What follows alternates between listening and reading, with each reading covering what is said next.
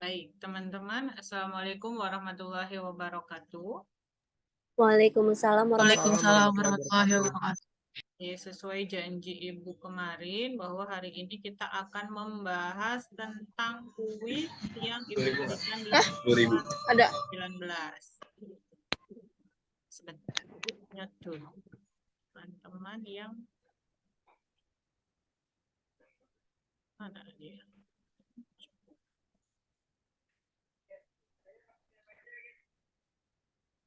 apa? Ya.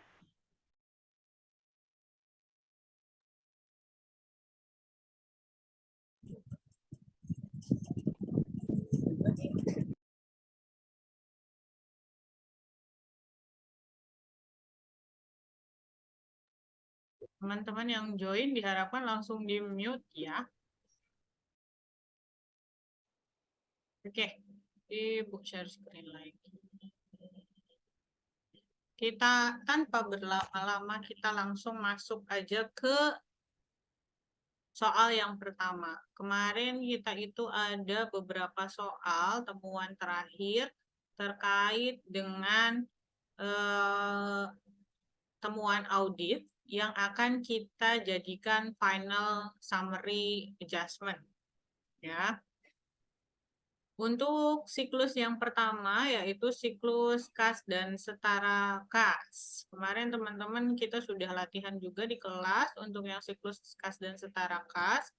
Yang pertama itu terkait dengan kas kecil. Di sini ya, perusahaan menggunakan metode dana tetap untuk mencatat kas kecil perusahaan dengan nilai 100 juta rupiah. Pada saat investigasi secara fisik, uang kas kecil beserta dokumen ditemukan bahwa terdapat pengeluaran kas yang secara metode dana tetap tidak dicatat, tetapi telah terjadi pada akhir periode akuntansi 31 Januari 2021 dengan rincian sebagai berikut. Yang pertama ada biaya jaminan sebesar 2 juta rupiah, yang kedua ada biaya keanggotaan direksi 10 juta rupiah, yang ketiga ada biaya listrik mes karyawan 500.000 rupiah. Berdasarkan summary and adjusted difference, materialitas secara kuantitatif yaitu 10 juta rupiah. Kalau kita ngomongin materialitas itu hanya satu yang material sebenarnya salah sajinya. Ya, hanya biaya keanggotaan direksi saja. Namun, seperti yang sudah Ibu jelaskan, bahwa kas itu ada bukti yang lebih valid, yaitu bukti cash count, karena ini kan kas kecil. Jadi, berdasarkan bukti cash count, seharusnya jika salah satu biaya itu dicatat, dia harus dicatat keseluruhan. Ya, biaya jaminannya, biaya listrik mes karyawannya juga harus dicatat. Maka kita harus masukkan semuanya ke summary unadjusted difference. Summary AJE maksudnya, Bu. Ya. Di sini ada temuan kas dan setara kas. Lalu jurnalnya adalah beban lain-lain. Kenapa dimasukkan ke lain-lain? Karena kita mengikuti COA atau nomor akun yang ada di PT Sukses Makmur Selalu, yaitu perusahaan dummy yang kita pakai ya. Nah, di COA di sini tidak ada biaya jaminan, maka kita ambil biaya lain-lain. Biaya lain-lainnya ambilnya dari yang akun 600, bukan akun 500. Karena akun 500 itu terkait dengan harga pokok penjualan. Ya, sedangkan yang 600 itu adalah terkait beban operasional. Karena ini biaya jaminan, kemungkinan adalah terkait dengan operasional. Ya. Lalu yang kedua ada biaya keanggotaan direksi sebesar 10 juta rupiah. Ya, sesuai dengan soal. Itu tadi. Ini juga dimasukkan ke lain-lain. Kenapa? Karena COA-nya juga tidak ada. Ya. Lalu yang ketiga ada biaya listrik mes karyawan sebesar 500.000 rupiah. Hati-hati, COA-nya mes karyawan itu masuk ke COA 600/12, bukan masuk ke COA 600/12. Kenapa? Karena itu masuk ke dalam biaya operasional perusahaan. Jadi mes karyawan itu tidak termasuk HPP. Kecuali di situ disampaikan adalah biaya sewa gudang, baru dia masuk ke HPP atau COA yang 500. Ya. Kreditnya apa? Kreditnya adalah kas kecil sesuai dengan cashcon yang telah kita lakukan. Sampai sini dulu ada yang sudah benar untuk data ini? Cowoknya salah, Bu. Bawahnya salah, yang mana tuh? Kalau saya cowoknya salah. Oh, cowoknya salah. Yang ini ya, 600 sama yang 500 ya? Iya, saya masuknya ke 500, Bu, Ke untuk 500. yang jaminan gitu-gitunya. Oke, berarti nanti dibenerin. Diperhatikan bebannya itu untuk siapa dan untuk apa. Ya, pada saat kita mau melakukan adjustment, kita tidak hanya melihat bebannya saja, tapi harus dilihat tujuan bebannya itu untuk siapa dan juga untuk kegiatan apa. Apakah untuk kegiatan penjualan secara langsung atau untuk apa namanya HPP gitu, atau untuk operasional perusahaan maksud Ibu. Jadi kalau untuk operasional perusahaan, pastikan cowoknya adalah yang dimulai kepalanya itu 6. Ya. Ini adalah biaya yang ada nggak ada penjualan, ini tetap terjadi. Jadi itu masuknya ke beban usaha atau biaya operasional perusahaan. Sedangkan kalau cowok yang 500, ini adalah cowok yang hanya terjadi apabila perusahaan itu melakukan penjualan secara langsung. Ya, jadi ini cowok-cowoknya itu adalah terkait dengan HPP. Jangan salah nanti pas ngisi soal pas-pas. Hadi-hadi. Oke? Ibu maaf, saya mau nanya. Boleh?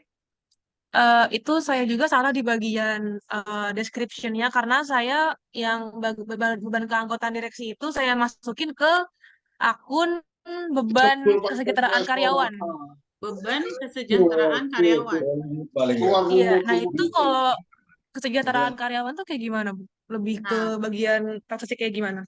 Oke, kesejahteraan karyawan ini adalah employee benefit ya. Employee benefit itu adalah imbalan kerja. Kita bisa bilang juga imbalan kerja. Itu termasuk uang pensiun, terus uang apa namanya penghargaan masa kerja, itu masuknya di sini. Gitu. Jadi kesejahteraan karyawan itu lebih ke beban-beban karyawan terkait dengan penghargaan masa kerja dan juga pensiun, dana pensiun. Itu bebannya masuknya sini. Ya. Jadi untuk iuran keanggotaan direksi itu bukan termasuk kesejahteraan. Gitu. Oke, Bu, terima kasih. Sama-sama. Ada lagi pertanyaan sebelum kita lanjut nomor 2? Ibu bisa ngepin yang kameranya satu lagi nggak sih? Sebentar.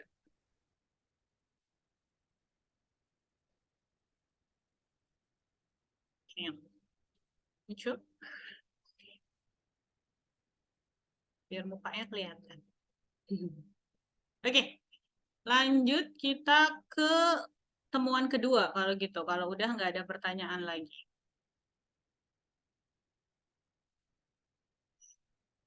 Yang pertanyaan kedua itu terkait dengan temuan pendapatan atau special case-nya itu tentang cut off. Kemarin kita udah ngomongin tentang cut off. Cut off itu apa?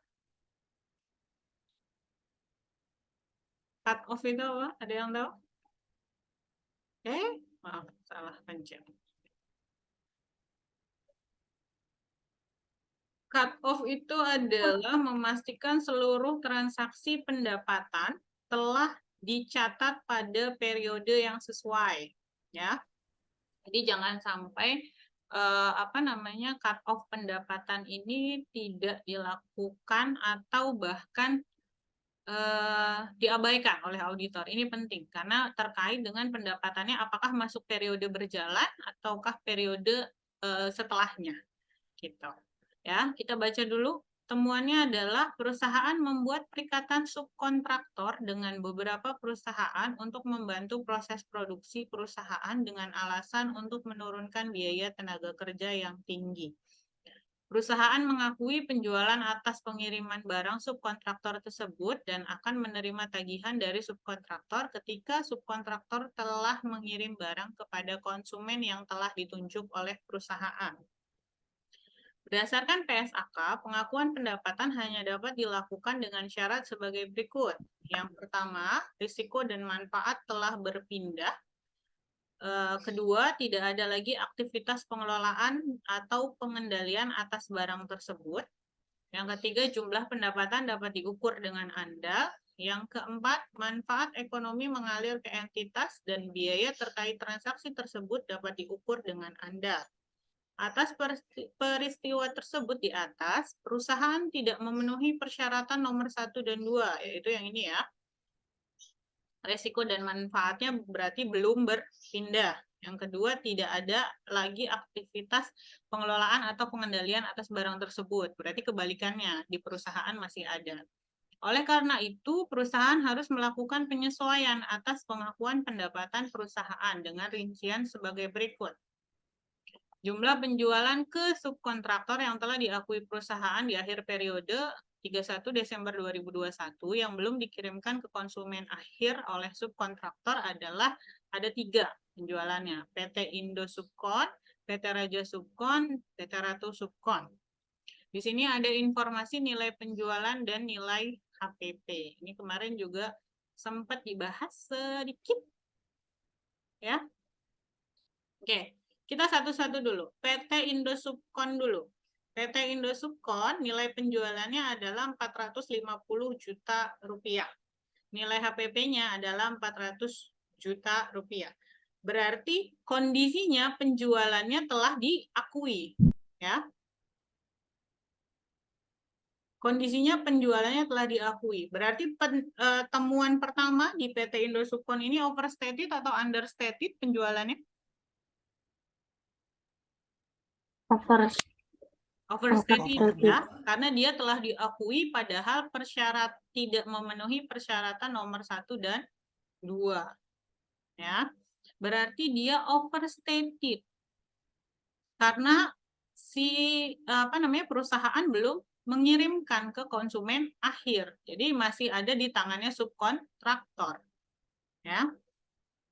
Masih ada di tangannya subkontraktor, jadi perusahaan belum boleh tuh mengakui pendapatan, kecuali sudah dikirimkan ke konsumen akhir. Kita catat dulu. Oke, kesimpulannya adalah overstated pendapatan. Untuk yang pertama ya, dari PT Indo Subkon. Berarti overstated pendapatan PT Indo Subkon. Oke, sebesar berapa overstated pendapatannya? 450 juta. Sebesar Rp 450 juta rupiah. Ya. Ada HPP yang overstated atau understated berarti HPP-nya? HPP-nya understated. HPP-nya Understated. Under. under. Yakin? Iya. HPP-nya under atau over? Under. Yang over HPP atau persediaan? Kemarin Ibu jelasin terkait persediaan loh ya. Kalau persediaan itu dia bertolak belakang dengan penjualan. Kalau penjualannya di overstated, persediaannya pasti understated karena berkurang. Tapi kalau HPP itu dia searah dengan penjualan. Berarti kalau penjualannya overstated, HPP-nya juga overstated karena HPP-nya sudah dicatat. Penjualannya sudah dicatat, HPP-nya sudah dicatat sebesar 400 juta. 50 juta. Nah, karena ini subkontraktor, ya, berarti masuk ke persediaan nggak?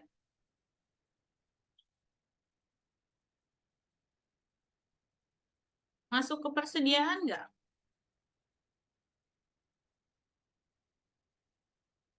Masuknya kemana nih? Kalau gitu, kita cari akunnya dulu. Karena masih ada di subkontraktor. Kita masuknya kemana kalau masih ada di subkontraktor?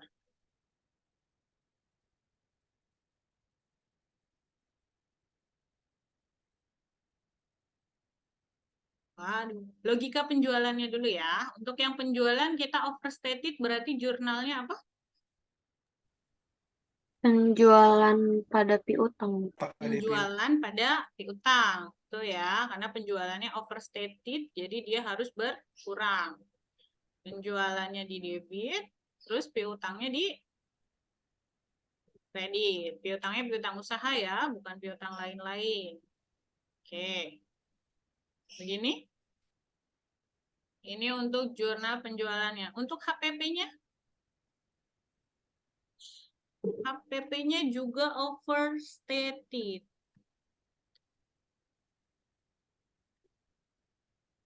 Sebesar 400 juta rupiah. Ya.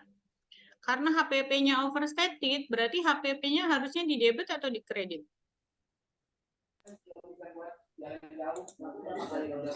HPP-nya harusnya debit atau kredit kalau HPP overstated? Di debit, Bu. Debit. Debit nambah dong berarti. Kredit.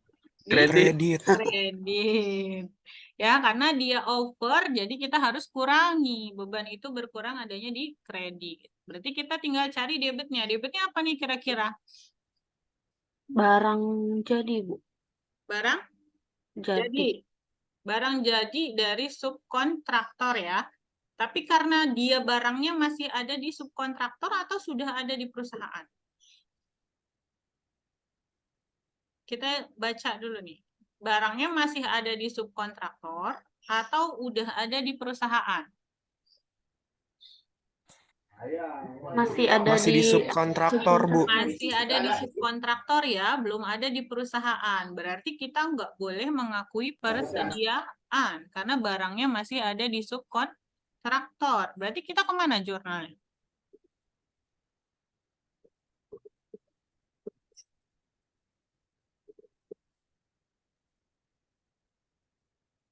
Jurnalnya kemana berarti? Tadinya kita jurnal awalnya tuh apa sih waktu nyatet beban pokok penjualan? Di sini Ibu contohin di kanannya ya, terlihat kan? Waktu nyatet ke subkontraktor berarti adalah beban pokok penjualan pada timbul apa kita kalau misalnya barangnya udah dikirim sama subkon? Timbul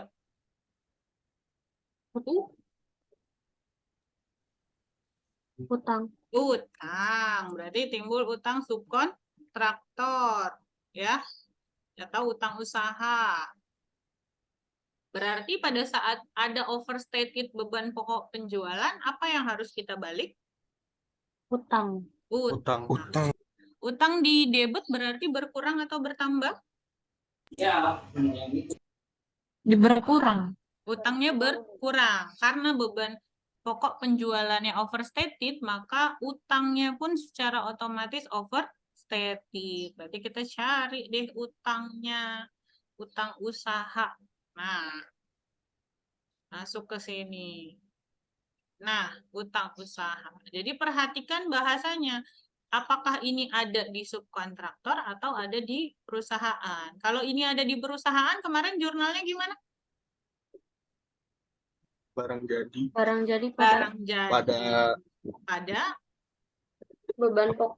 ya, Pada beban HPP. pokok. pada HPP ya. Kalau barangnya ada di dalam perusahaan berarti persediaannya bukan utangnya yang berkurang ya, tapi persediaannya bertambah. Karena yang tadinya persediaannya sudah dibebankan, dia jadi tidak jadi dibebankan. Oke, kita ambil contoh deh misalnya yang kedua ini ada di perusahaan barangnya ya. Biar kita contohnya adil. Ini Ibu kasih note, ini ada di perusahaan. Ya. Barangnya dikirim ke PT Sukses Makmur Zilalu. Oke. Udah ada di perusahaan ya. Berarti per 31 Desember. Oke, atas yang kedua ini jurnalnya apa berarti? Apa yang harus kita jurnal pertama?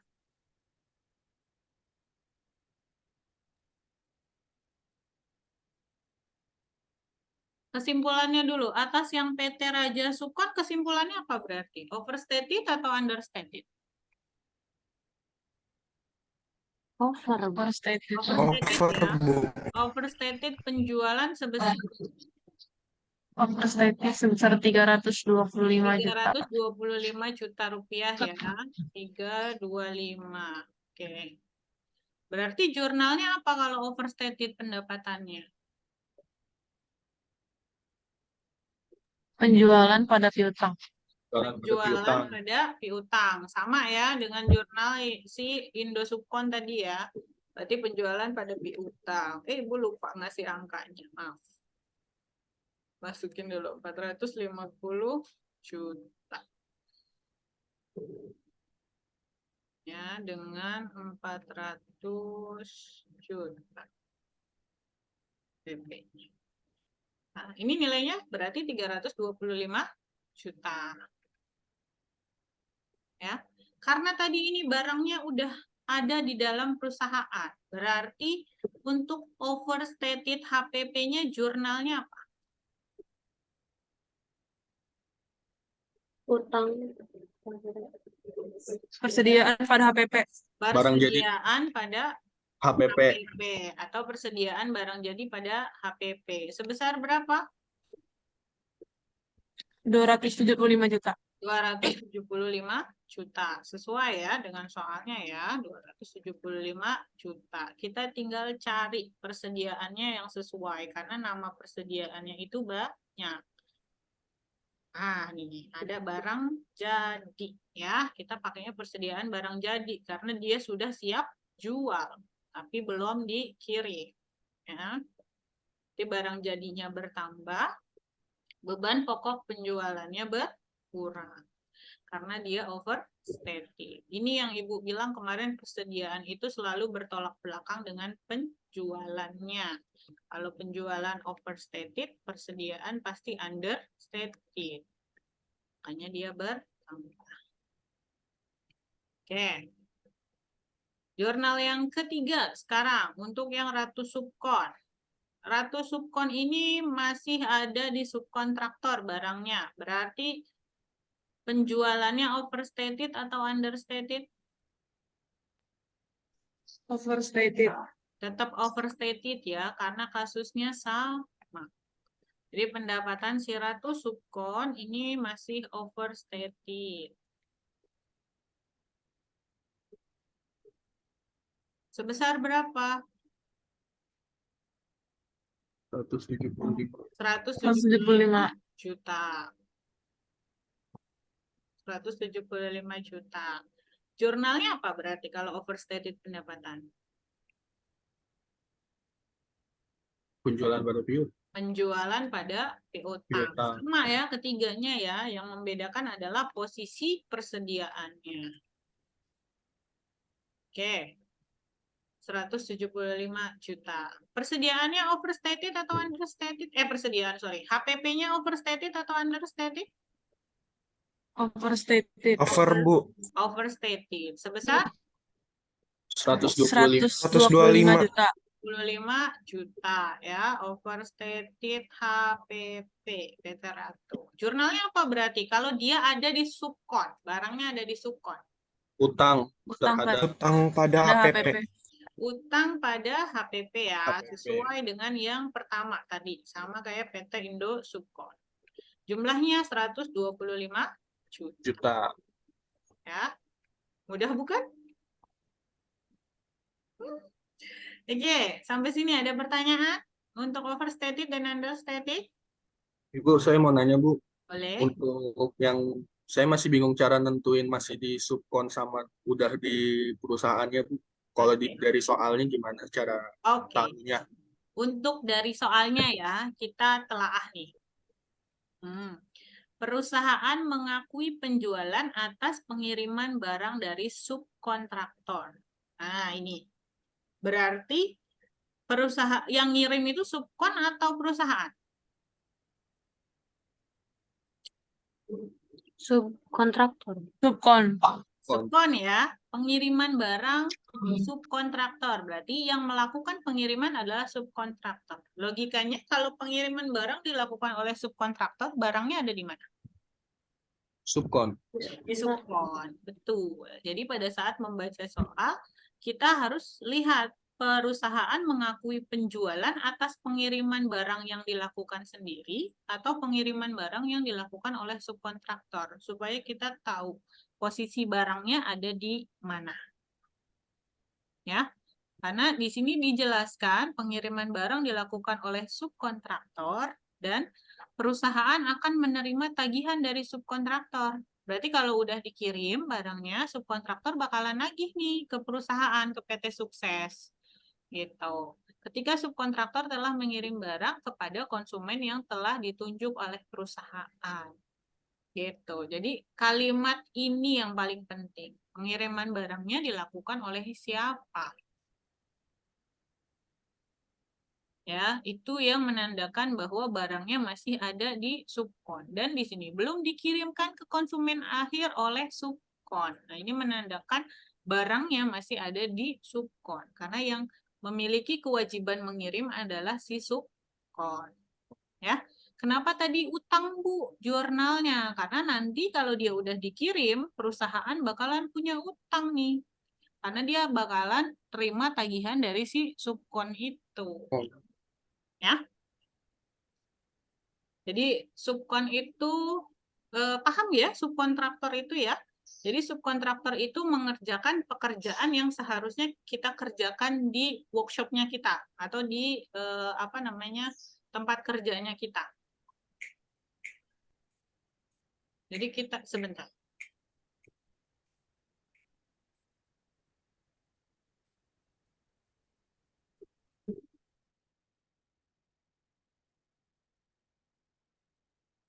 Oke. Jadi pada saat kita menerima pekerjaan, lalu kita nyuruh orang lagi buat mengerjakan, itu namanya subkon. Jadi kita kontraktor, lalu kita kasih ke orang lagi buat ngerjain pesanannya kita, itu namanya subkon.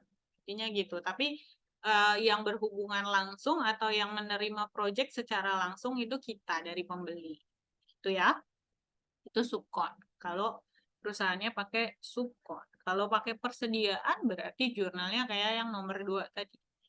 Ya. Pada saat barangnya ada di gudang. Oke, ada lagi pertanyaan? Jelas ya Cuma tadi ya? ya Bu, jelas Bu. Jelas ya, ada di subkon atau bukan itu dilihat dari sini tadi, bahasa kuncinya istilahnya, kunci dari soalnya. Oke, kalau sudah jelas tidak ada pertanyaan, Ibu lanjut ke Ibu, ya. Ibu tadi maaf saya masih bingung yang Raja Subkon. Kok tadi dia diakuinya sebagai persediaan ya, Bu? Tadi Ibu mencontohkan, karena kalau yang ini Ibu kasih note, tadi Ibu kasih komen nih, khusus untuk yang ini. Nah, Oh, iya, Ibu Bu. kasih note Oh iya. supaya ada Iya, Bu. contohnya. Nah, ini kan Iya, Bu. ada soal tambahan nih, ada komen tambahan dari Ibu, barangnya dikirim ke PT Sukses Ah, iya, Bu. ya, Baik itu. atau ke perusahaan. Nah, ini Ya. tambahin. Karena buat nyontohin, nanti besok kalau misalnya ada soal yang kepersediaan, bingung lagi. Gitu Ah, kan? baik, Bu. Jadi Ibu contohin sekalian. Barangnya dikirim ke perusahaan atau PT SMS. Jadi diasumsikan barangnya itu sudah ada di PT SMS ya. Baik, Bu. Barangnya sudah ada di gudang perusahaan. Gitu. Nah, supaya ada contohnya juga nih yang kepersediaan. Takutnya nanti keluar soalnya ada persediaannya, terus bingung jurnalnya. Ya. Oke. Ibu, Ya. pas yang PT Raga Subkon itu dia udah nerima barangnya di perusahaan, kita nyatet juga nggak, Bu? Persediaannya masuk ke kita, terus nanti utang Oh iya, ke tetap, subkontraktor. tetap, tetap. Berarti kan Tapi nggak di sini ya, Bu? enggak. Jadi asumsinya sudah dicatat. Pada saat barangnya kita sudah terima dari Raja Subkon, kita berarti nyatetnya apa dulu? Kita terima. Persediaan. Iya, betul. Pada saat kita terima dari Raja Subkon, itu kita nyatetnya persediaan pada Utang. utang. Betul, persediaan pada utang usaha sebesar 275 juta. Ya, 275 tuh agak. Nah, Ibu ketutupan layarnya. Nah. Oke, 275 juta. Ini jurnal awalnya nih pada saat terima. Kan tadi sudah terlanjur diakui sebagai penjualan ya, maka dia sudah nyatet nih HPP pada persediaan. Perusahaan udah terlanjur nyatet HPP pada persediaan. Padahal harusnya belum boleh ya. Karena dia sudah mengakui penjualan, waktu mengakui penjualan dia harus mengakui HPP. Nggak mungkin kalau misalnya ada penjualan tapi nggak ada HPP-nya. Karena penjualannya belum boleh diakui, maka HPP-nya pun belum boleh diakui. Maka adjustment-nya adalah tinggal dibalik. Ya. Adjustment-nya adalah persediaan pada HPP sebesar 275 juta. Gini.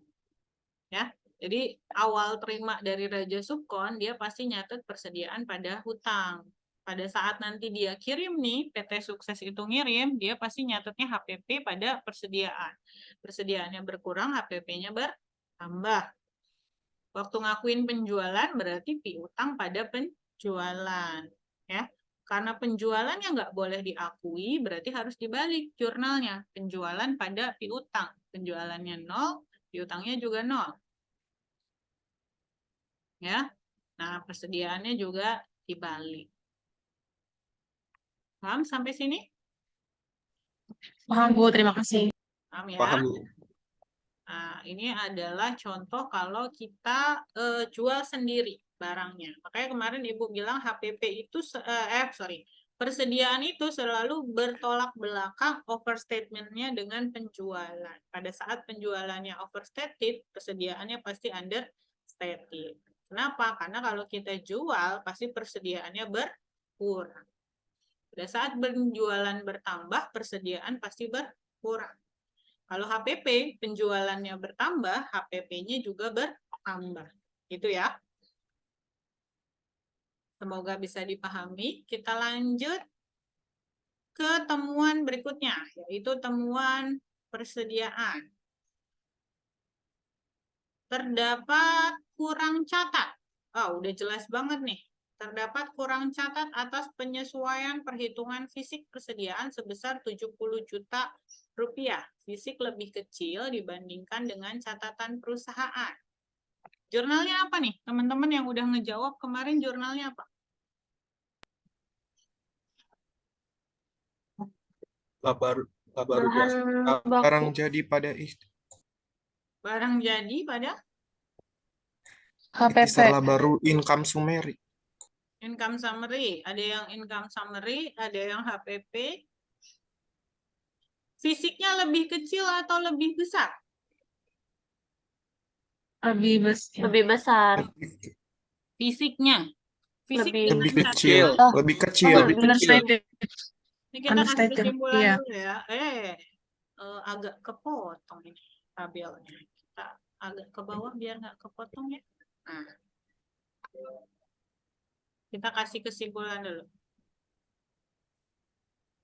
Fisiknya lebih kecil. Berarti fisik lebih kecil daripada catatan ya. Betul ya? Fisiknya lebih kecil daripada catatan. Kalau fisiknya lebih kecil dari catatan, yang harus dibenerin fisiknya atau catatannya? Catatannya, Bu. Catatannya ya, yang harus dibenerin ya.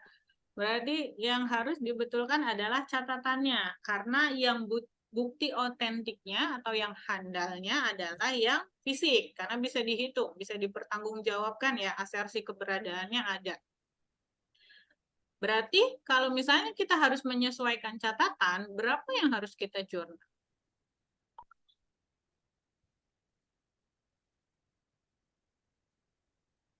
Ini overstated atau understated berarti? Overstated. Understated. Over. Understated. Under. Under, Bu. Under, guys. Under. Understated. Help. Yakin? Kurang catat penyesuaian. Ini ada kontradiktif nih. Kurang catat. Ini yang Tapi kurang catat tuh kurang catat penyesuaiannya atau kurang catat persediaannya. kurang catat penyesuaian. Yang Penyesuaiannya kurang kurang. catat adalah penyesuaiannya. Jadi jurnal penyesuaiannya tuh waktu ngitung fisik dia kurang, gitu ya. Iya, Nah, kalau kita mau bilang penyesuaian persediaannya, itu berarti lihatnya ini.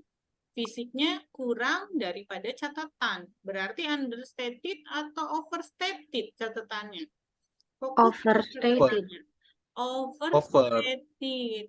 Ya, berarti catatannya lebih tinggi 70 juta dibanding fisiknya. Ya. Jadi overstated. Soalnya ada pengecoh. Yang kurang catat adalah penyesuaiannya. Jadi kalau ada penyesuaian harusnya 10 barang yang disesuaikan. Dia cuma nyatet 9 barang gitu ya. Hati-hati pada saat membaca soal. Jadi overstated persediaan sebesar berapa? 70 70 juta. juta. Secara kuantitatif dia melewati apa namanya materialitas ya, karena tadi materialitasnya 10 juta. Jadi harus dicatat atau disesuaikan. Ya, kita masuk ke jurnal karena dia overstated persediaan berarti jurnalnya apa?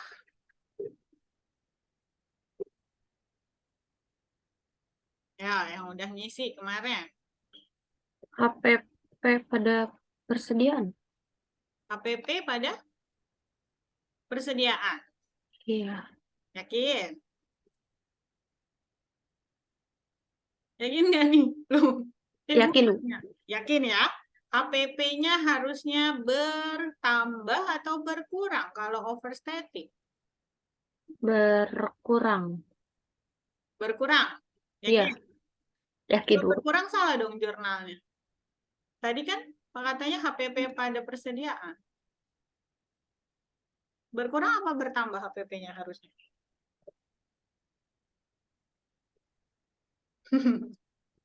Berkurang. Berkurang. Berarti salah, harusnya HPP dikredit. HPP. Oh, bertambah kali. Nggak tahu dong. Persediaannya dulu. Persediaannya harusnya bertambah atau berkurang kalau overstated? Berkurang. Berkurang. Persediaannya harusnya berkurang Berkurang. karena dia overstated, kelebihan nyatetnya. Berarti harusnya berkurang. Mm-mm. HPP itu bisa nggak jadi sejajar sama persediaan atau memang dia berlawanan? Berlawanan, Bu, berlawanan. Berlawanan. Ya.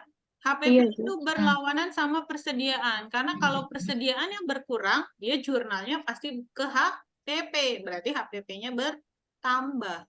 Pada saat barangnya nambah, HPP-nya berkurang. Kalau adjustment tuh gitu. Ya, karena mereka sepasang jurnal. Jadi mereka nggak bisa dalam satu posisi yang sama. Jadi kalau adjustment dari overstated persediaan pasti HPP-nya ada di debit atau bertambah, gitu ya. Jadi cari permasalahannya dulu. Permasalahannya adalah pada persediaan, baru cari pasangan jurnalnya. Paham?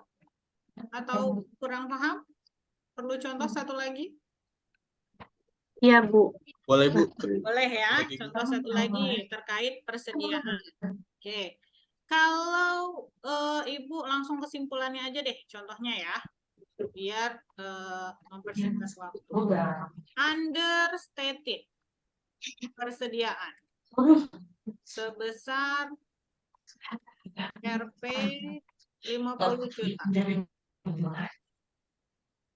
Ya, berarti fisik lebih besar daripada catatan. Ya, karena dia understated, fisiknya lebih besar. Jurnal adjustment-nya apa? Barang jadi pada Beban pokok penjualan. pada beban pokok penjualan. Tinggal dibalik ya. Kenapa barang jadinya ada di debit, Afifah? Karena persediaannya harus ditambah sesuai catatan persediaannya harus ditambah sesuai dengan fisiknya, Bu. Betul, 100. Karena catatan persediaannya harus ditambah berdasarkan jumlah fisiknya, ya. Jadi makanya dia persediaannya harus bertambah. Berarti beban pokoknya yang harus berkurang. Karena pasti dia nyatetnya nggak kemana-mana tuh antara barang jadi sama beban pokok. Sebesar berapa? 50? 50 juta. Tuh. Itu ya. Sampai sini ada yang mau ditanyakan? Paham? Atau sudah paham? Hmm. Paham, Bu. Paham. Insya Allah Lumayan, Bu. lumayan. Insya Allah paham lah ya. Nanti kalau kurang paham, tonton lagi videonya. Insya Allah kerekam. Ini rekamannya masih on kah? Masih, Bu. Masih ya? Masih, Bu, masih. Info Ibu kalau keputus. Takutnya Ibu salah pencet. Oke. Bisa lanjut ke temuan selanjutnya? Bisa, Bu. Oke, Bisa, lanjut Bu. ke temuan aset tetap. Temuan aset tetap. Berdasarkan pengujian substantif, prosedur auditor menemukan bahwa terdapat aset mesin. Jadi fokus asetnya mesin, ya, yang telah didisposal secara fisik. Didisposal itu apa? Dibuang. Tidak bisa Dimusnahkan ya, dibuang. secara fisik dibuang atau dimusnahkan secara fisik. Berarti fisiknya udah nggak ada nih. Gitu. Tetapi belum dikeluarkan dari list aset perusahaan. Berarti di catatannya masih ada ya. Di catatan perusahaan itu masih ada. Rinciannya adalah tanggal perolehannya 1 Januari 2018. Umur ekonomisnya 8 tahun. Tanggal disposalnya adalah 1 Desember 2021. Nah, harga perolehannya adalah 450 juta. Nilai sisanya adalah 50 juta. Nilai yang dapat disusutkan adalah 400 juta. Akumulasi penyusutan 31 Desember 2021 adalah 200 juta. Jadi nilai bukunya adalah 100 juta. Berdasarkan temuan audit, perusahaan seharusnya telah menghentikan beban penyusutan mesin tersebut pada tanggal disposal mesin. Nah, nih. Berarti tanggal disposalnya kapan? Tanggal 1 Desember. 1 Desember. Berarti beban penyusutannya harusnya berapa? 350. 350. Kita hitung dulu. Untuk soal ini, yang aset tetap itu harus dihitung. Tidak bisa tebak-tebak buah manggis. Nah, kita harus hitung dulu. Pertama adalah nilai yang dapat disusutkan adalah 400 juta. Ya, karena ada nilai sisanya. Oke. 400 juta rupiah. Umur ekonomisnya berapa? 8 tahun. 8 tahun. 8 tahun. Berarti kalau kita mau nyari beban penyusutan setahunnya itu adalah 50 juta. Ya, ini beban penyusutan per tahun. Nah, berarti di tahun 2021 beban penyusutannya utuh nggak 50 juta?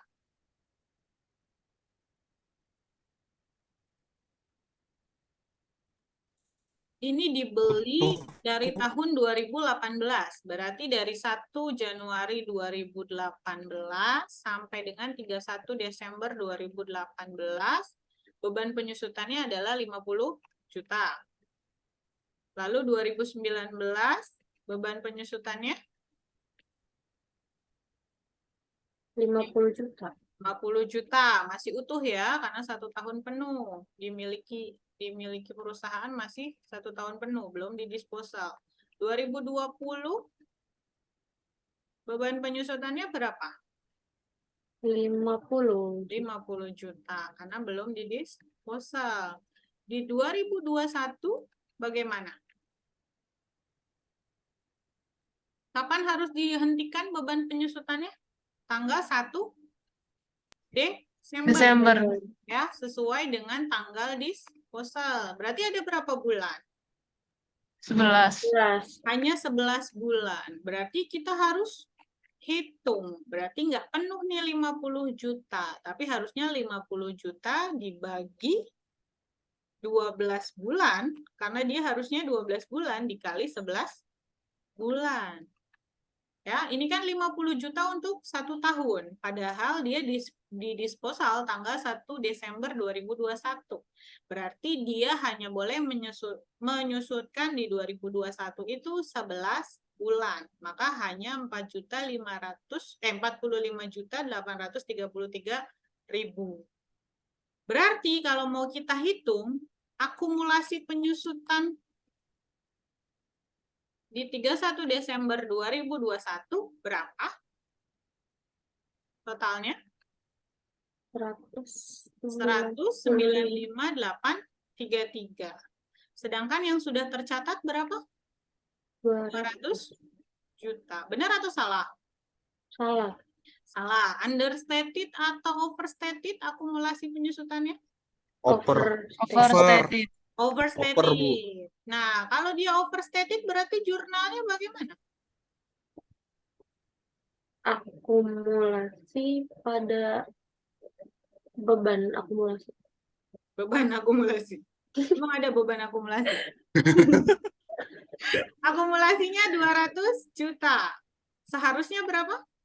195.833. Berarti overstatednya sebesar berapa? 4.400.000.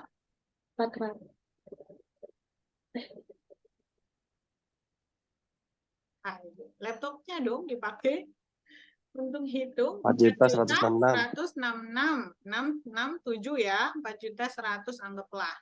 Oke. Ini ya. Hasil dari overstatednya 4 juta. Nah, kita udah tahu nih understatednya segini, 4.166. Kita jurnal dulu. Jurnalnya apa? akumulasi pada beban penyusutan, Bu. Akumulasi pada beban penyusutan 100. Zainal. Namanya benar nih, Zainal. Iya benar, Bu. Benar ya? Ibu, kayaknya agak jarang ini ngabsen Zainal. Mohon maaf, mungkin lupa Ibu. Kamu di kelas berapa, Zainal? 11 atau 10? 10, Bu, 10. Oh, 10. Oke. Siap. Saya tetap. Berarti tadi kita cari dulu. Debetnya akumulasi penyusutan atau beban penyusutan? Akumulasi. Akumulasi penyusutan. Kita cari. Akumulasi penyusutan apa? Mesin. Ya, berarti yang kita ambil adalah yang di bawahnya mesin. Ya, di bawahnya mesin dan peralatan, yaitu 121-05. Oke. Tadi kreditnya apa? Beban penyusutan. Beban akum. Beban penyusutan. Nggak ada beban akumulasi ya. Beban penyusutan mesin. Kita cari beban penyusutan mesin adanya di mana? Oh, nggak ada. Karena tidak dipisah. Beban penyusutannya jadi 1. Ya, di 613. Berarti kita ambil di beban penyusutan. Berarti bisa kita tandai ini penyusutan mesin. Ini juga akumulasi depresiasi mesin. Nah, tadi kasusnya adalah mesin. Tadi ini adalah understated atau overstated? Overstated. Over. Over ya. Bu. Overstated. Akumulasi penyusutan mesin. Sebesar 4 juta. Nggak bulat tadi ya angkanya. Mana tadi? Ini dia. 4.166.667. Kita bulatkan ya. 667. Oke.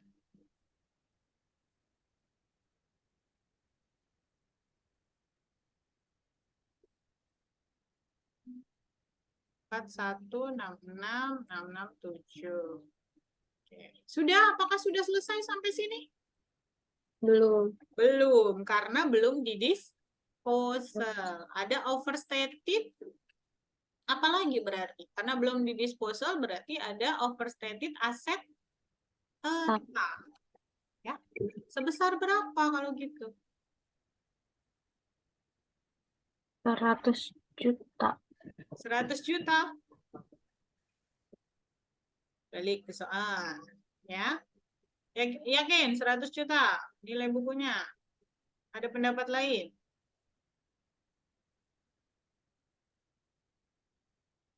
Ada pendapat lain nggak nih? Nilai bukunya 104 juta. 166. 104 juta ya harusnya nilai buku auditnya berubah. Kenapa berubah? Ada itu, Bu. Ada jurnal penyesuaian audit terkait dengan akumulasi penyusutan ya. Berarti tadi kalau kita nilai dapat disusutkan yang 400 juta, berarti harusnya dikurangi akumulasi penyusutan yang 195 juta. Jadi nilai bukunya adalah, oh ini salah. Nilai bukunya harusnya 200. Masa 400 dikurang 200 jadinya 100. Ya, ini kita benerin sekalian. Nah, berarti harusnya berapa? Harusnya 204, karena 400 juta dikurangi 195 ya. Berarti harusnya nilai bukunya adalah 204. Berarti aset tetap yang harus dihapus berapa? 204, 450, atau 400? Bu Ijo ini. Ibu Ijo ini, Ibu Kuning ini. Nah, yang harus kita hapus yang mana? 450, 400, atau 204? 400. Terus 400. 400 atau 450? 400. 400. Yang dicatat di perusahaan tuh kira-kira yang 400 atau 450? 450. 450. Kenapa, Afifah? 450.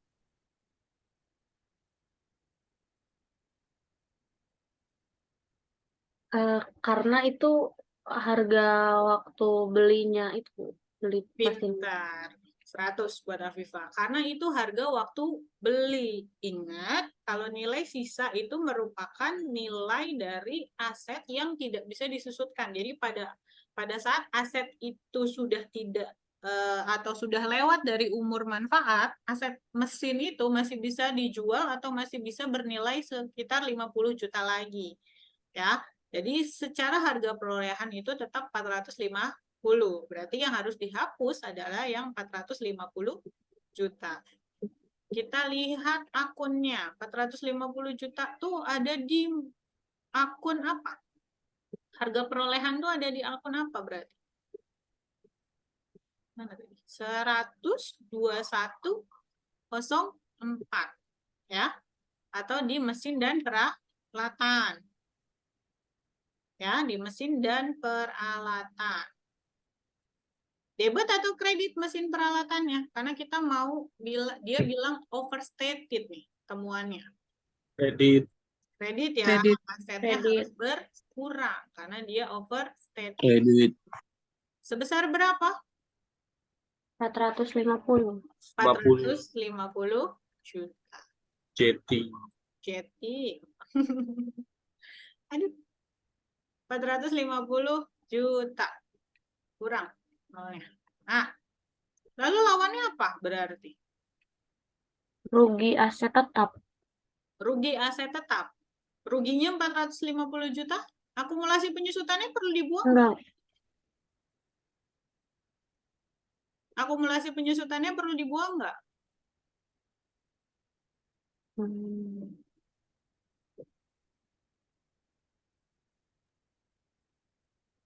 Perlu nggak kira-kira? Iya, perlu, Bu. Perlu, karena Ya. kita mau ngedisposal sebuah aset. Kalau harga perolehannya dibuang, akumulasi penyusutannya otomatis ikut juga dibuang. Debit atau kredit kalau kita mau buang akumulasi penyusutan? Debit. Debit. Iya. Debit. Alhamdulillah. Debit ya. Sebesar berapa? 195. 19583 33. ya, sesuai dengan perhitungan audited ya, sesuai dengan perhitungan yang terakhir. Jurnalnya balance nggak? Enggak. Belum. Belum. Belum balance. Ibu kayaknya salah ini debit kreditnya dari tadi. Agak melenceng. Ini buat kolom referensi ya. Nah, nggak balance ya debit sama kreditnya berarti ya. Berarti harus diapain jurnalnya? Ada tambahan jurnal. Ada Di debit atau di kredit? Besar mana? debit. Debit. Harus di debit Debit. ya. Debit, Bu. Berarti rugi atau untung? Rugi. Rugi, Bu. Yang namanya aset dihancurin, di disposal, masih harusnya masih bisa dipakai, itu dihanguskan, maka kita rugi. Kita cari akunnya rugi. Laba rugi. Ada beban aset? Ada ya, ini laba rugi aset tetap ya namanya ya. Ya. Jadi kita masukin di laba rugi aset tetap. Tetap. Nah, sebesar berapa? 450 dikurang 195. Nah, jadi rugi aset tetapnya adalah 254. Begitu caranya untuk melakukan jurnal. Ada yang tahu nggak kenapa rugi asetnya jadi 254? Nggak sama sama nilai bukunya tadi. Karena biar nyamain. Karena biar nyamain. Biar balancing ya. Karena tadi kalau nilai buku sudah dikurangi nilai sisa. Ya. Makanya tadi dia cuma 204. Nih. Kalau nilai buku ditambah nilai sisa hasilnya 254 juta. Ya. Jadi ruginya adalah nilai buku akhir ditambah dengan nilai sisa. Jadi 254 juta ruginya. Ya, sampai sini paham? Jadi ada 2 tahap pada saat melakukan analisa temuan aset tetap. Yang pertama adalah apakah beban penyusutannya sudah benar? Beban penyusutan tahun berjalannya sudah benar atau belum? Dan yang kedua, apakah nilai yang dihapuskan itu sudah sesuai dengan nilai audited atau belum? Itu yang harus dipastikan. Ya. Sampai sini paham atau ada pertanyaan? Silakan kalau yang mau bertanya. Atau sudah cukup paham?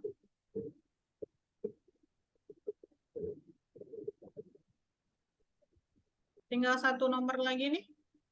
Kalau sudah paham. 1 nomor lagi kita ketemuan biaya operasional.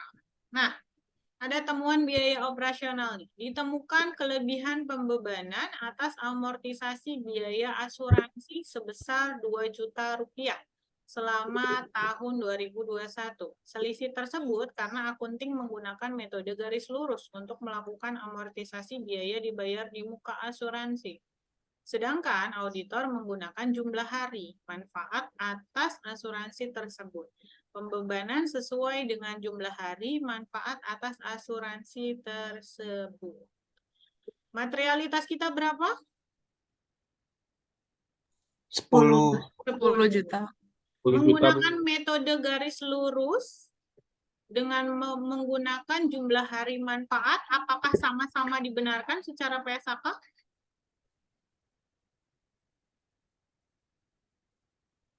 Secara PSAK boleh nggak pakai garis lurus atau pakai jumlah hari manfaat?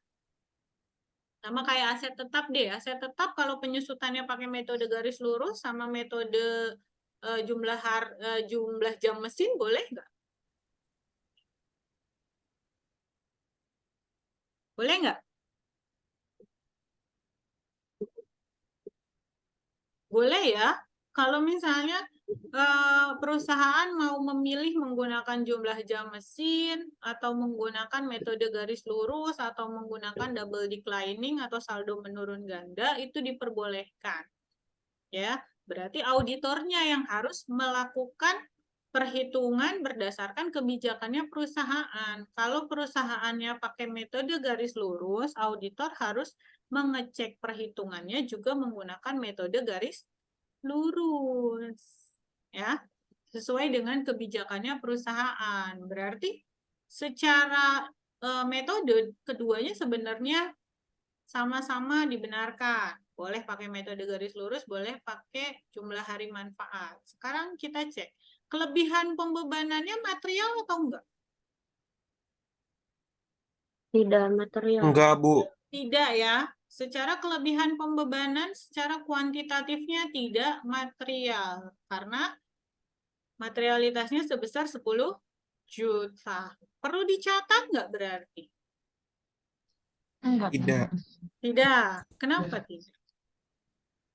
Karena di bawah Karena materialitas di bawah dan nilai materialitas. Betul, di bawah nilai materialitas dan juga metode yang digunakan sudah tepat. Auditornya yang salah melakukan perhitungan ulangnya atau melakukan rekalkulasinya. Jadi auditornya yang harus mengikuti kebijakan perusahaan. Pada saat perusahaan menggunakan metode garis lurus, maka auditor juga harus melakukan rekalkulasinya menggunakan metode garis lurus.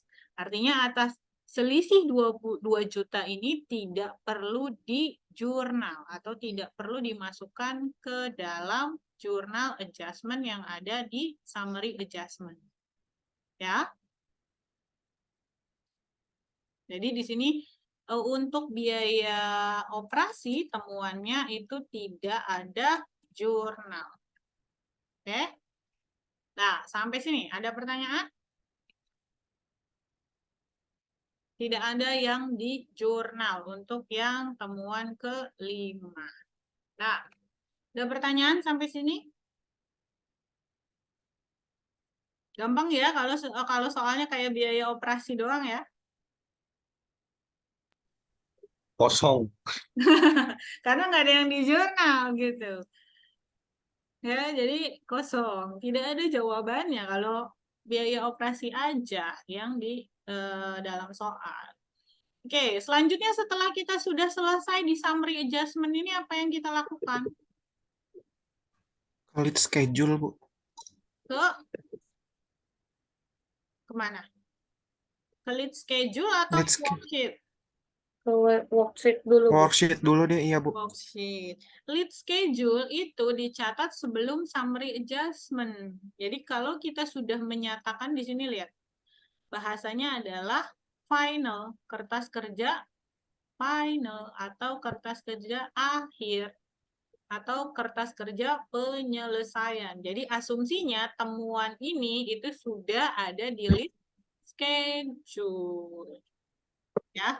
Jadi lead schedule-nya sudah dibuat secara terpisah. Nah, ceritanya begitu. Jadi teman-teman nanti kalau ketemu soalnya membuat kertas kerja final audit, berarti tidak perlu membuat lead schedule. Langsung membuat summary adjustment. Berarti asumsinya temuan-temuan ini itu sudah sudah dibuatkan lead schedule-nya dan sudah dipilah mana yang material, mana yang tidak untuk dibukukan ke laporan keuangan. Oke, kita bikin worksheet-nya. Apakah bikin worksheet-nya kita satu-satu? Tentu tidak. Nanti memakan waktu. Kita pakai rumus namanya adalah rumus sum if. Sum if buka kurung, kita pakai range-nya itu adalah range COA. Diperhatikan teman-teman. Karena ini masuk ke ujian. Ya. Range COA-nya ini sampai dengan batas bawah adjustment. Ya. Lalu jangan lupa pakai string. Pakai tanda dolar-dolar di bagian C-nya. Nah, cara cepatnya adalah pakai F4. Ya, jadi kalau udah selesai di blok AJRJ-nya, Ya, ini cowoknya dari row 7 kalau di Ibu sampai dengan row 60 ya. Sudah selesai di blok, lalu pencet F4. Jadi dia akan muncul tanda dolar-dolar di depan dan belakangnya huruf atau selnya ya. Ya. Lalu pakai titik koma, kalau di laptop Ibu pakainya titik koma, kalau teman-teman mungkin ada yang pakai titik koma atau ada yang pakai koma aja. Ya. Lalu masukkan kriterianya. Kriterianya tadi ada di WS, yaitu nomor akun atau COA. Ini nggak perlu di string kalau ini, karena rumusnya mau di copy ke bawah. Jadi nggak perlu di string, lalu titik koma lagi, lalu sum range. Sum range itu lihat, di WS-nya kita mau ngisi debit, berarti di sininya juga kita sum-nya ke debit. Ya, debitnya ada di kolom F. Itu di string lagi, di F4 lagi, tutup kurung. Ya, pastikan di AJE, RJE, C-nya dengan F-nya itu sama. Jadi kalau 7 sampai 60 berarti F-nya juga 7 sampai 60. Baru di enter. Lalu yang kreditnya juga sama. Di sum if, buka kurung, kita pakai range lagi. Ya, sampai dengan 60. Kita string lagi, titik koma, lalu kita masukkan lagi nomor akun, kita masukkan lagi AJE, RJE, tapi bedanya adalah kredit. Sum yang harus kita masukkan adalah yang kredit, sesuai dengan kolom WS-nya. Di F4, tutup kurung, enter. Ya, ini nggak ada hasilnya, Bu. Iya, karena tidak ada adjustment terkait dengan kas besar. Yang ada adalah terkait kas kecil. Ini rumusnya sudah jadi, kita tinggal copy ke bawah. Ya, kalau ini kan putus nih, berarti harus kita copy manual. Nah, kita copy manual. Atau kita copy ke bawah keseluruhan di blok juga nggak masalah. Sampai dengan bawah. Pastikan kontrolnya 0. Ya, berarti ini AJE, RJE yang ada di worksheet atau yang ada di kertas kerja sudah sama dengan AJE, RJE yang ada di summary adjustment.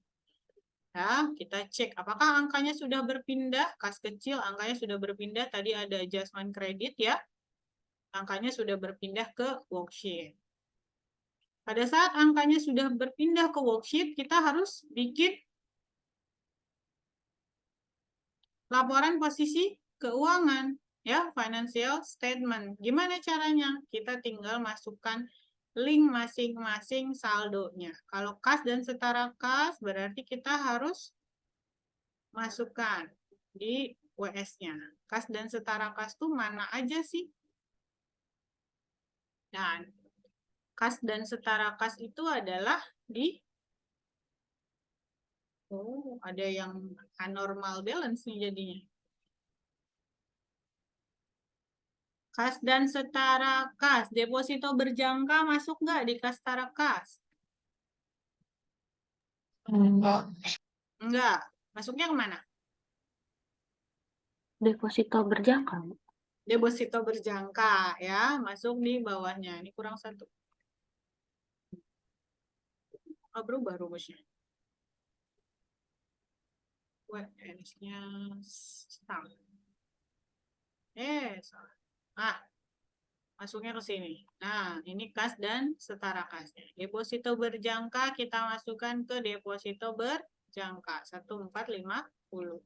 Investasi pada saham hanya ada satu. Jadi tinggal dimasukin ke investasi pada saham. Piutang usaha juga ada satu. Berarti tinggal dimasukin piutang usaha. Piutang lain-lain juga ada satu. Tinggal dimasukin ke piutang lain-lain. Kalau persediaan ada berapa?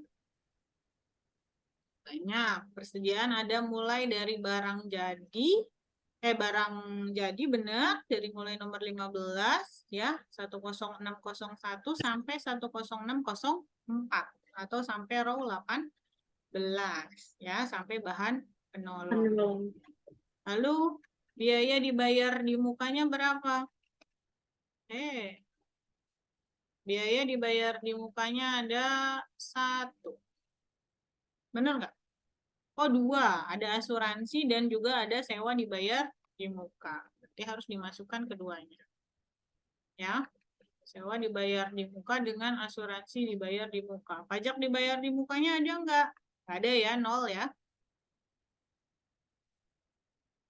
Nah, lalu masukkan ke investasi jangka panjang. Masuk investasi jangka panjang hanya satu.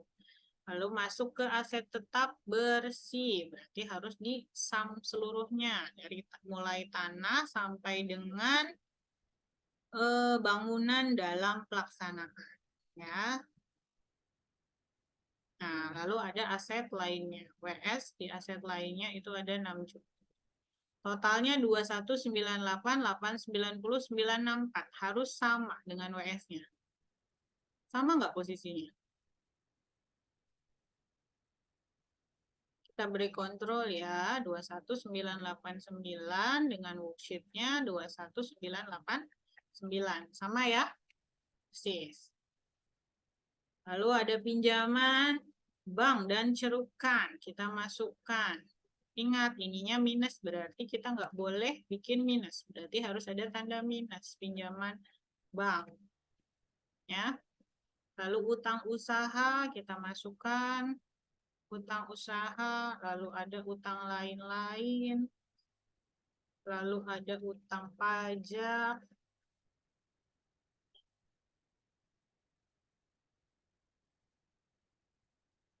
utang pajak itu sampai dengan 45, sampai PPN. Ya, lalu ada biaya yang masih harus dibayar. Lalu ada utang bank jangka pendek. Bagian jangka pendek dari utang bank jangka panjang. Ini dia. Ya.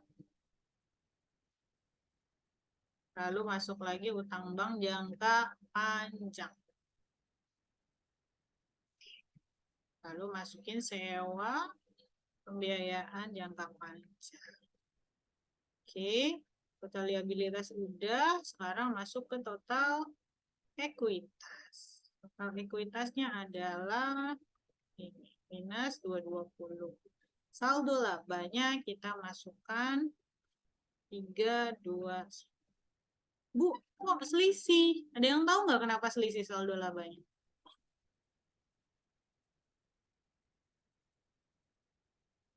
Saldo labanya selisih karena kita harus masukkan laba atau rugi tahun berjalan. Ini ya, berarti pada saat kita ngambil ini BS, kita harus tambahkan dengan laba rugi tahun berjalan yang bawah. Baru dia nggak selisih antara liabilitas dan ekuitas dengan aset tetap.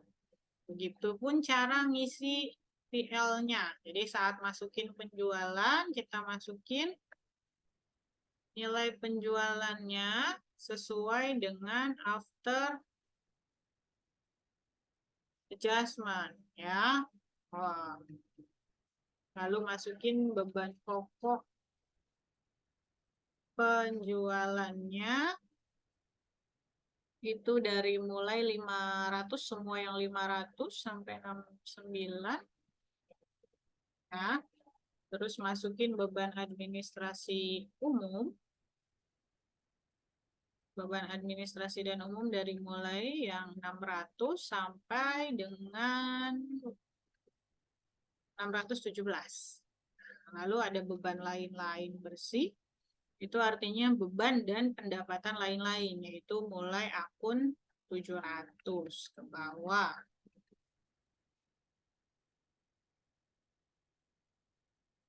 Kecuali beban keuangan. Jadi teman-teman harus cek dulu nih. Beban bunga itu beban keuangan, berarti yang dimasukin adalah laba rugi aset tetap, laba rugi valuta asing. Udah, dua itu aja. Lalu masuk beban keuangan sendiri, itu adanya di beban bunga.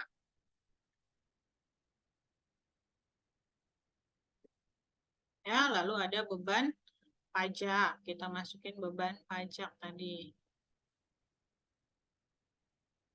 Nah, kita mesti ini selisih nggak labanya sama yang ada di PL. Selisih ya sebesar 928. Ini apa nih selisihnya? Karena ada persediaan awal dan persediaan akhir yang harus dimasukkan ke nilai HPP. Berarti nilai HPP-nya harus ditambahkan. Di WS bagian persediaan awal dan persediaan akhir atau inventory awal dan inventory akhir. Ada selisih 9 juta.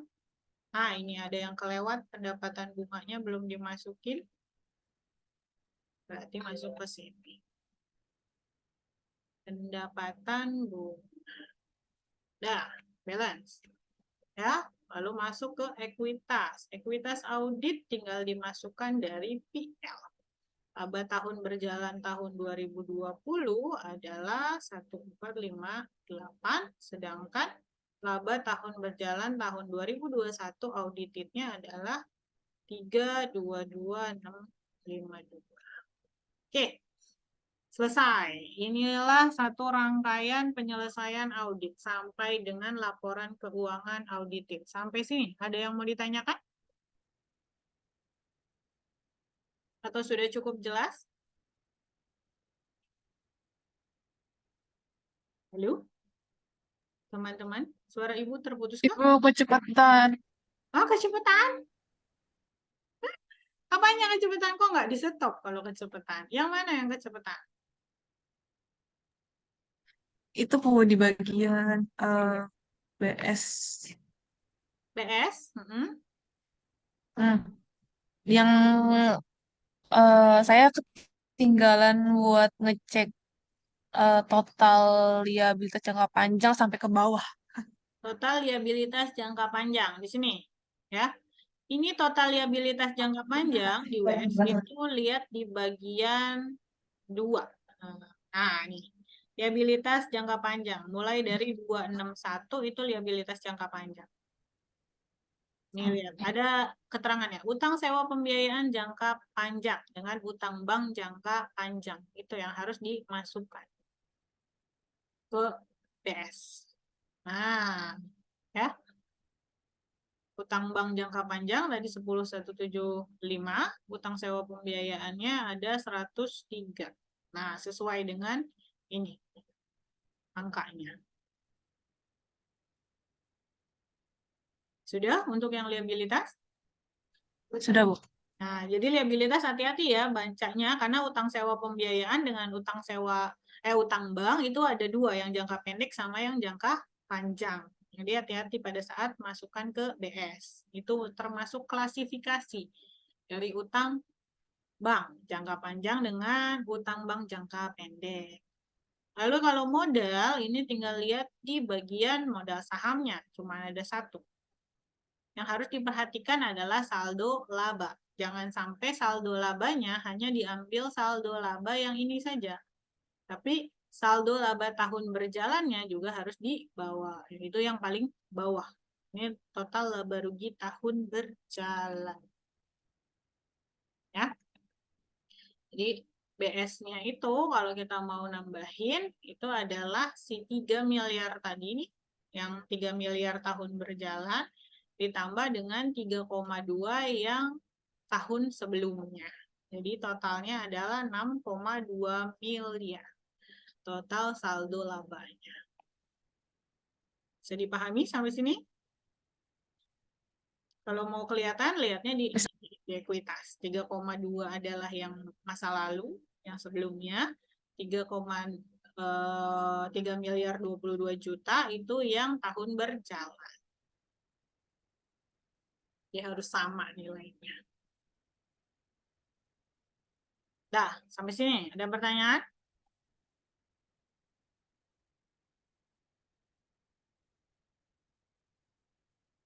Ini normal lah, kayak bikin laporan keuangan biasa aja sebenarnya.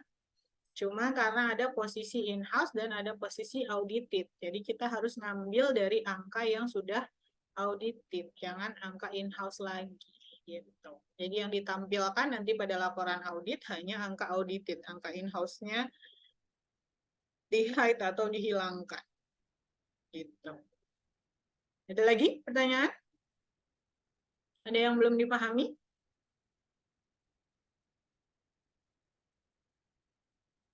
Sudah yakin? Berarti sudah siap nih ujian? Insya Allah, Bu. Dengan bismillah, Bu. Dengan bismillah ya. Dengan restu mama papa juga nggak? Oke. Kemarin teman-teman berhasil mengerjakan berapa akun dari temuan ini? Ada 5 temuan ya. Dari 5 temuan berhasil mengerjakan berapa akun? 3. 3. Apa aja? 5. Oh, alhamdulillah ada yang 5 berarti keren. Salah, Bu, tapi. 5 tapi salah semua, Bu. Oh, 5 tapi salah semua. Oke. Gak apa-apa. Yang penting kan udah 5 selesainya. Masalah salah mah urusan nanti. Kita lihat dulu analisanya apa. Yang penting adalah nggak kontradiktif pada saat Anda bilang di sininya overstated, tapi ternyata jurnalnya kontradiktif nih sama kesimpulan overstatednya. Karena Ibu ngelihat itu juga, analisanya apa sih gitu. Kenapa bisa ngejurnal seperti itu gitu. Kalau masalah salah cowok tadi, ya Royan sampein, itu kan tadi salah cowok tuh. Nah itu Ibu masih bisa toleransi. Kalau hanya salah cowok, Ibu masih bisa toleransi, masih bisa Ibu benarkan. Tapi kalau salah kaprah, cowoknya juga salah, bebannya akunnya juga salah, nah itu yang Ibu kurangilah poinnya, gitu. Ya, kurang lebih soalnya nanti yang akan diujikan seperti ini dan lembar jawabannya juga akan Ibu upload di e-learning. Jadi teman-teman nanti download lembar jawabannya itu di e-learning. Tidak ada yang tulis tangan seperti UTS kemarin. Lembar jawabannya kurang lebih akan sama seperti ini. Hanya saja berbeda isinya. Begitu. Sudah siap atau ada yang mau ditanyakan lagi? Ibu, saya masa nggak sama deh, Bu. Nggak balance, pusing. Aduh, nggak balance. Oke, nanti jawaban dari kuis ini Ibu akan share lagi di grup masing-masing kelas supaya bisa dipelajari. Dan videonya nanti Ibu akan share juga. Insya Allah. Mudah-mudahan kalau uploadnya lancar, Ibu bisa upload. Ya nanti Ibu share linknya. Begitu. Ya, Bu, makasih banyak. Sami-sami. Ada lagi pertanyaan? Mudah atau susah? Mudah lah. Nggak ada yang susah. Di dunia ini nggak ada yang susah. Mudah ya. Selama Anda paham selama Anda paham saldo normalnya di mana, harusnya pada saat Anda menentukan adjustment itu tidak susah. Jadi pada saat Anda lihat ada temuan, cek dulu kesimpulannya dia overstated atau understated. Lalu bandingkan dengan saldo normalnya. Dia harus bertambah atau berkurang itu di mana.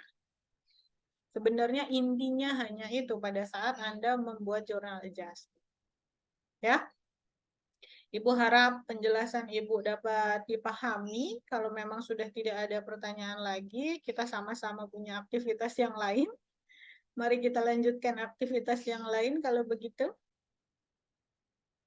Ya, terima kasih banyak teman-teman yang hari ini sudah hadir dan sudah menyimak. Insya Allah lancar semua nanti ujiannya. Kalau misalnya sudah mengikuti tutorial menjawab summary adjustment atas temuan audit yang telah kita lakukan.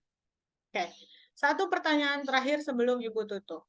Kalau semua adjustment yang tadi sudah di jurnal dan juga disampaikan bahwa temuannya tidak ada yang terindikasi kecurangan, apakah kita bisa memberikan opini WTP atas perusahaan PT Sukses ini tahun 2021? Enggak. Enggak, Bu. Kenapa nggak bisa WTP? karena banyak yang dikoreksi dari laporannya. Karena banyak yang dikoreksi. Ada jawaban yang lain?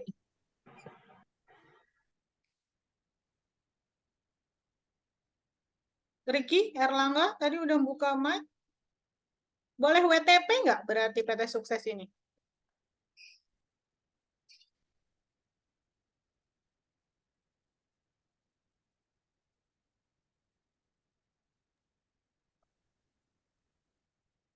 Boleh WTP nggak? Boleh wajar tanpa pengecualian nggak?